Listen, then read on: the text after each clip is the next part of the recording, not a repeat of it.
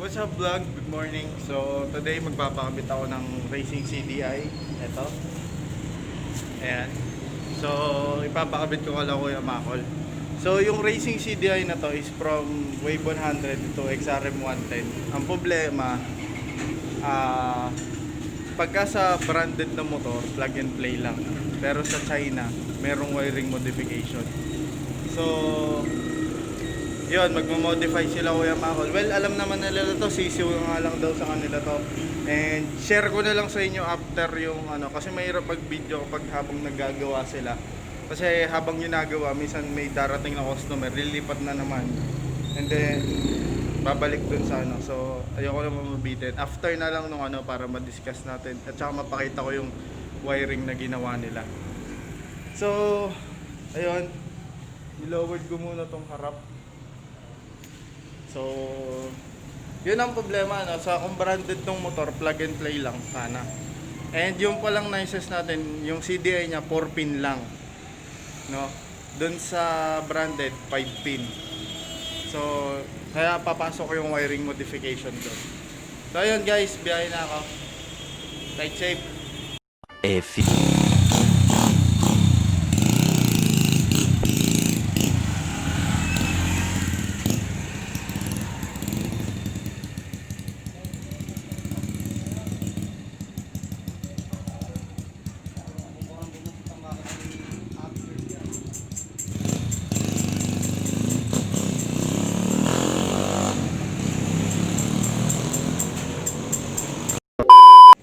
Kinakabit na nila Kuya Makol yung sa CDI.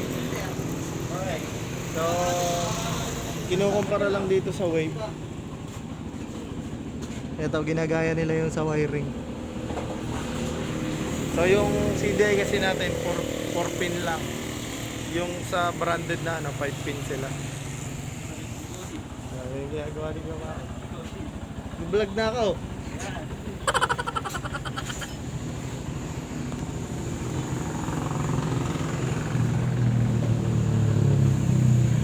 So ayan, kailangan mag-rewire.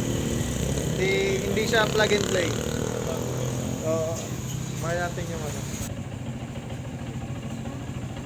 Na fake news. fake news.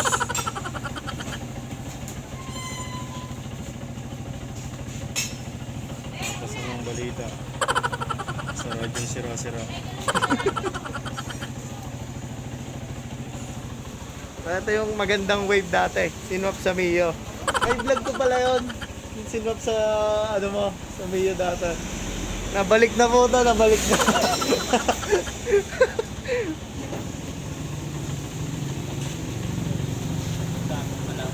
Madugo yung wiring.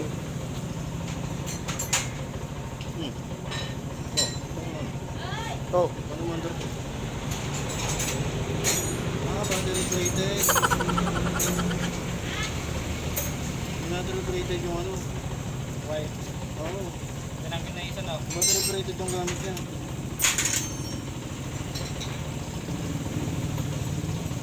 Battery operated. Oo. Pero hindi talaga siya battery operated. Hindi. Convert lang. Convert. Yan ang Magpino. Gano, shoutout po nga itong kuryente.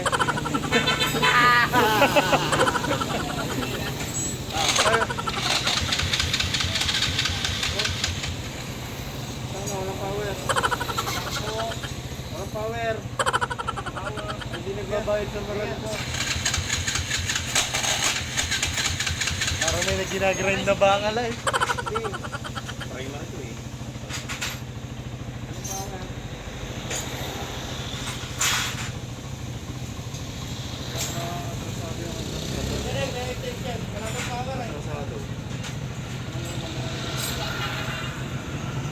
Kailangan ng buksan nyo.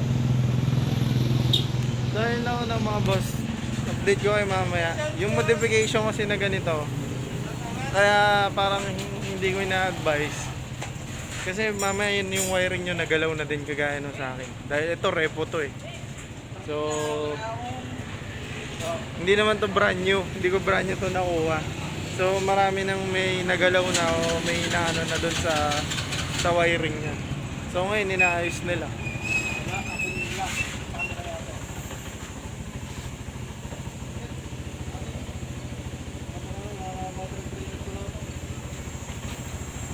So ayan, update ko kay mamaya. Kaya pala binalik. Itong withdraw lang yan, ito. Ah, hindi, meron naman tayo. Di lang ako nagdala ng sobra. Akala ko sapat na yung ano ko. Nalabisan mo? Tuwing- Para meron ka sa mga kaibigan. Ay, akala ko nga labis na yun eh. Kaya nga napabili na ako ng RCB eh. Uli mo muna RCB. Maniningin lang ka, may mga dalda may mga bitbit na. Hindi rin makakati sa mga... Nagmukha ko yung makakal. Yung stator ko, Sunog rin yun. sunog, tapos Sa may ano ng light tool, wala rin. hindi na to gumagana. Oo, ano na yan. Nagal- Naputol na yung Tapos, mismo ang niya. ginawa nila para mapaandar, binattery operated Operated, tong oo. CDI. Yun. Ayun na lang yung naging ano yan eh. A few moments later. Okay mga boss, pinalitan ni Kuya Maol yung sa magneto dahil sira na yung sa akin at di na pala gumagana yun. So mamaya, kwento ko yung nangyari. Wala tayo mag-inampan. Oh. Bago ito ko eh. So yun, napandar na nila. Maol works. So shoutout kay Toto. Yun yung pinagkukumparahan namin. Uy.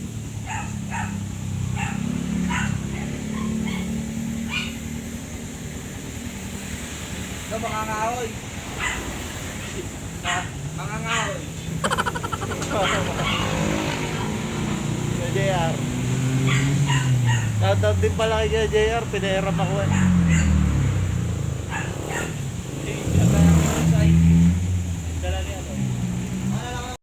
Wala talagang palitan. Yan, nakakabit na ni Kuya Makol! Masisipat na yan, lilipad na yung motor mo. May sipong pa yung karburador. May sinok pa ba? May sipong. Madali na yan. Kailangan niya gin tsaka talimpo. Oo. Gin, talimpo. Kasi titimplahin pa yan eh. Para wala na. Parang wala na ano, para magtugma-tugma yung lasa eh. Wala nang palag. Oo, para magtugma-tugma yung lasa. Tanga na racing ay, CDI. Sarap. Tanga na. Ikaw na. Ikaw na, Gikoy. Yan na. Ikaw na, Gikoy. Puro gastos. Ikaw na, Gikoy. Alin? Ay, huwag ko magkakataw. Delicate ka dyan. Pagka yan, natanggal ang ano yan. Sigurado. So ayan, nakabit na nila Kuya Makol. Tapos ito yung luma kong Kay ano ba? stator. Wala pa kay Rele? Nagtanong ka na? Ayan, so sunog nyo pala siya. Sunog. Ayan. So wala na pala tong kwenta. Kaya pala binattery operated yung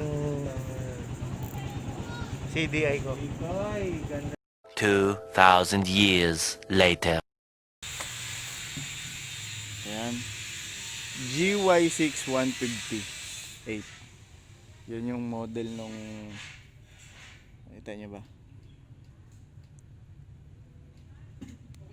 GY6158. So, ito yun. So, kung makikita nyo, explain ko lang no mga boss dun sa mga magko-conversion ng CDI. So yun sa akin, nasunog na yung stator ko. Tignan nyo naman yung condition nya. And ayun yung mga sunog-sunog pa at kung ano pang mga ano yan. So ayan, ito. So hindi na pala yan gumagana, wala na siyang use. Nandun na lang siya sa ano, and ewan ko kung paano na lang yung ano nito. Kaya pala yung ilaw ko mahina. LED po gamit ko 6 LED. Kaya pala mahina yung buga. So, dahil sira na to. And the same time nga, nagalaw na yung wiring nito. So ito po ang stock CDI natin. Ayan. Ito yung stock CDI natin. 4 pin lang tayo. Okay, bakit ganon? Sa branded na Honda or yung mga branded na bikes like Honda XRM, Wave 100. So ano siya? 5 pin. Pero sa mga China, kadalasan kagaya nito, 4 lang. So paano yun kapag ka nagpalit ng racing CDI? Plug and play na lang ba? Hindi po. Hindi. You need yung magwa-wiring alam yung gagawin niya dun sa racing CDI. Meron lang papalitan. Kung brand nyo na nakuha yung motor tapos hindi pa nagagalaw yung wiring, okay yon kasi meron lang siyang mga 2 wires siguro na babaguhin para gumana na yung racing CDI. But yung ganitong kagaya sa akin, napakasalimuot. Ayan, need rewire, ibabalik do sa dati, tapos to racing CDI configuration ulit na wiring. So yun, nagpalit din po kami ng socket. Ito yung luma kong socket. Ito yung ginamit na socket nung nagwa-wiring. Ayan, nakita nyo naman. So etong wire na to naging dalawa. Ayan o, isang wire naging dalawa. So hindi ko po alam yan kasi repo nga tong motor. Unless kung hindi pa ako mag-convert ng CDI, hindi ko yun malalaman. So sira na tong stator ko. And then ito yung ano. And then okay pa tong stock CDI. Ayos pa to. So yun ang magiging parang malaking problema kapag nag-convert kayo sa CDI, lalo repo yung motor nyo.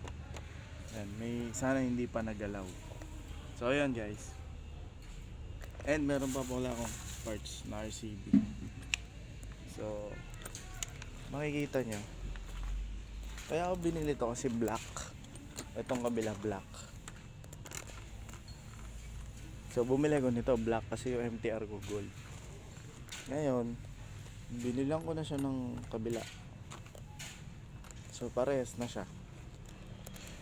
So ayan, RCB baka naman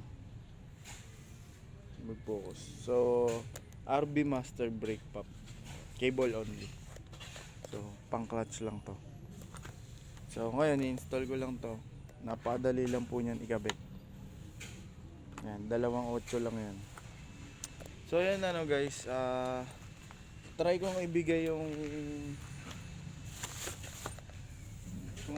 ayoko kasing ibigay yung pattern na binigay sa akin kasi parang para dito yun dun sa labat na wiring na to, which is kasi pwede kasing makasira ng CDI yun kapag tinuro ko sa inyo tapos hindi naman pala working sa inyo yung ganon. Depende kasi sa kondisyon nung ginawa dun sa wiring o kung ano yung pinagtatap dun. Siyempre iba-iba yan.